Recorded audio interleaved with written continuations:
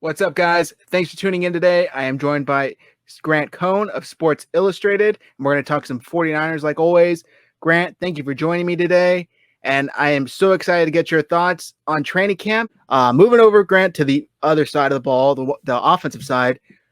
After Emmanuel Sanders left, they were saying, who's going to step up? Who's going to step up? Who, if anybody, do you feel has kind of stepped up as the new leader of these young wide receivers? That's a great question, and the answer is Kendrick Bourne. Looking at him this year, it's so funny because I always thought of him as being the young guy in the room. He dances, he laughs, he seems like Kyle Shanahan said he reminds him of his youngest son, like he's 9 years old. Not this. He's still dancing, but he's so focused and professional and in great shape. He's in his fourth year. He knows the offense. He doesn't drop 2 passes a day anymore like he used to. He looks like, I'm not saying he looks like a number one receiver, but on this team, he is the number one receiver.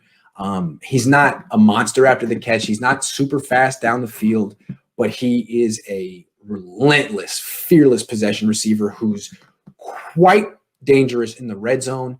I wouldn't be surprised if he gets to 8, 9, 10 touchdowns this year because they've been doing these red zone drills, and he's always been their go-to guy down there. I'm thinking eventually they might get George Kittle involved, but no. They'll go entire practices doing these red zone drills and throw 0 passes to Kittle because apparently they feel he's just no good down there or something. So Kendrick's still their guy. He's still going to get the opportunities. And I wouldn't be surprised if he ends up getting an extension with the 49ers or a nice contract with another team next year because he looks like he's no worse than a number 3 receiver at this point in his career on any team. That's great to hear because, when you think of Kendrick Bourne, you kind of think of that goofy, fun-loving wide receiver, but you can tell he has a different demeanor. Watching his press conferences, even myself, he looks and sounds completely different. And I think like he's taking this, he's taking this a lot more seriously than previously. And not to say that he wasn't before, but before I think more he was kind of just taking it all in, like, oh my God, I'm in the NFL. I'm on a good team, and now it's kind of like we were so close to getting that ring. What do I got to do to make sure we don't have that failure again? Not that it all fell down on him, but true. But compare his mindset to like Dante Pettis' mindset. Pettis is a year younger than him. Pettis is in year 3. Kendrick is in year 4. And he's in a contract year.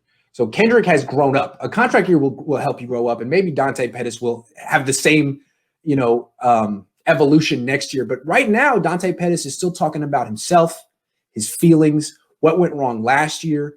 He's still trying to figure out what it's going to take for him to have success in the NFL. Kendrick's figured it out. Kendrick has a plan. He's got a regimen. He works hard in the offseason and improves. So he's at like a maturity level that Dante Pettis needs to get to have any chance to succeed. It'll be interesting to see if Kendrick Bourne can help Dante in that way because it seemed like Emmanuel Sanders helped Deebo Samuel and Kendrick Bourne grow up. He didn't help Dante grow up. Dante went in the shell after that trade, but maybe Kendrick can help Dante grow up because it does seem like Dante is, look, I'm a very sensitive man. I'm a very sensitive guy. And as from one sensitive guy to another, he seems like a real sensitive guy. And that's no knock because I'm sensitive too. And I could not take criticism from coaches like that or from Kyle Shanahan. I would cry. I think Emmanuel Sanders probably made it worse. I know what Emmanuel Sanders is like. He's tough. He's not going to sugarcoat it either. Kendrick Bourne seems like a really good guy who wouldn't hurt Dante's feelings, who wouldn't go out of his way to make Dante feel bad about himself. I think like Kendrick Bourne is the kind of positive, uplifting dude who can be a leader in a good way for Dante Pettis. I'd like to see that happen. Yeah, watching Dante's recent press conference, he looked like sad. A man who's taking things seriously, but a man sad. Defeated. He looked like he was just, man. And what I noticed, the hair. Yeah. There's something about hair. It's even in the Bible. Samson, he had this long hair. It got cut and he lost his powers. Dante Pettis came into the league with blue hair. It was gorgeous. He had beautiful hair and he was proud of it. Then he dyed it pink. And the idea is like, he's a number 2 second round pick. He's got some swag. And then his career fell apart. And now it's almost like he's been told, like, cut your pink hair, cut your blue hair, just don't have any type of swag or anything, just work your way up from the bottom. And now he doesn't even comb it. He cut it. It looks awful. I mean, I'm sorry. He just came from practice, but he used to take such pride in his appearance. And now he just looks like a guy who hates his haircut and hates. It's like, dang, dude, like they robbed you of your identity. I hate to see that. I hope he grows his hair back and I don't know. To me, he looked really sad at that press conference, man. He did. Yeah, it was rough to watch him saying one of the first things he said was, well, all of you guys are saying, what's that? That's what he looked like. He had his shoulders hunched over, and he was like hiding in plain sight. I felt terrible for him. If that was my little brother, I would have been, It was rough. One of the first things he said was, everybody's saying I shouldn't even be here. Everybody's saying I should be cut. So it's kind of like, what expectations am I going against? And that hit me right in the feels. I'm like, man, I personally think he can do it. I think he's taking things seriously enough to where he will have a improved year based on last year. And people are probably watching this thinking, well, that's not much.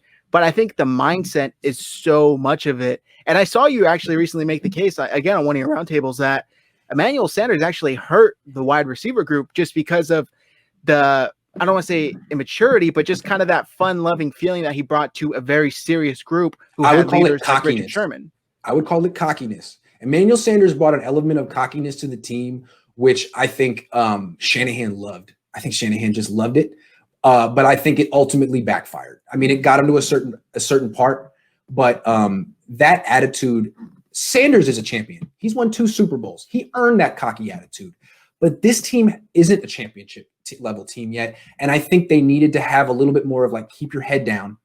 Let's finish the job and become champions and then act like that. I mean, what I said was this guy rented Lamborghinis for every wide receiver for that Super Bowl week, and they rolled up to the team hotel in Lamborghinis. No, you guys are not Super Bowl champions. Emmanuel is.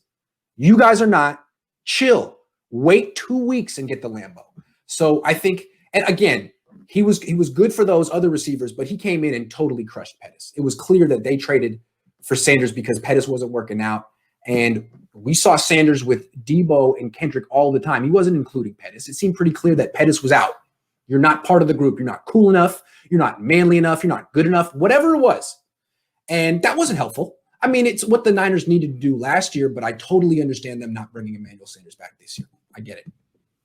Yeah, it seemed like a cool kids club, and Dante wasn't kind of involved. And that's kind of even the feeling I get this year. That's exactly what it was. But I don't think it's not that same cool kids club because, again, Sanders is gone. The leader is Bourne, and he's a different kind of guy. Yeah, real quick, I call Emmanuel Sanders Big Sean because you cannot tell me that they aren't twins. They looked exactly the same, even sound alike. They do. They do.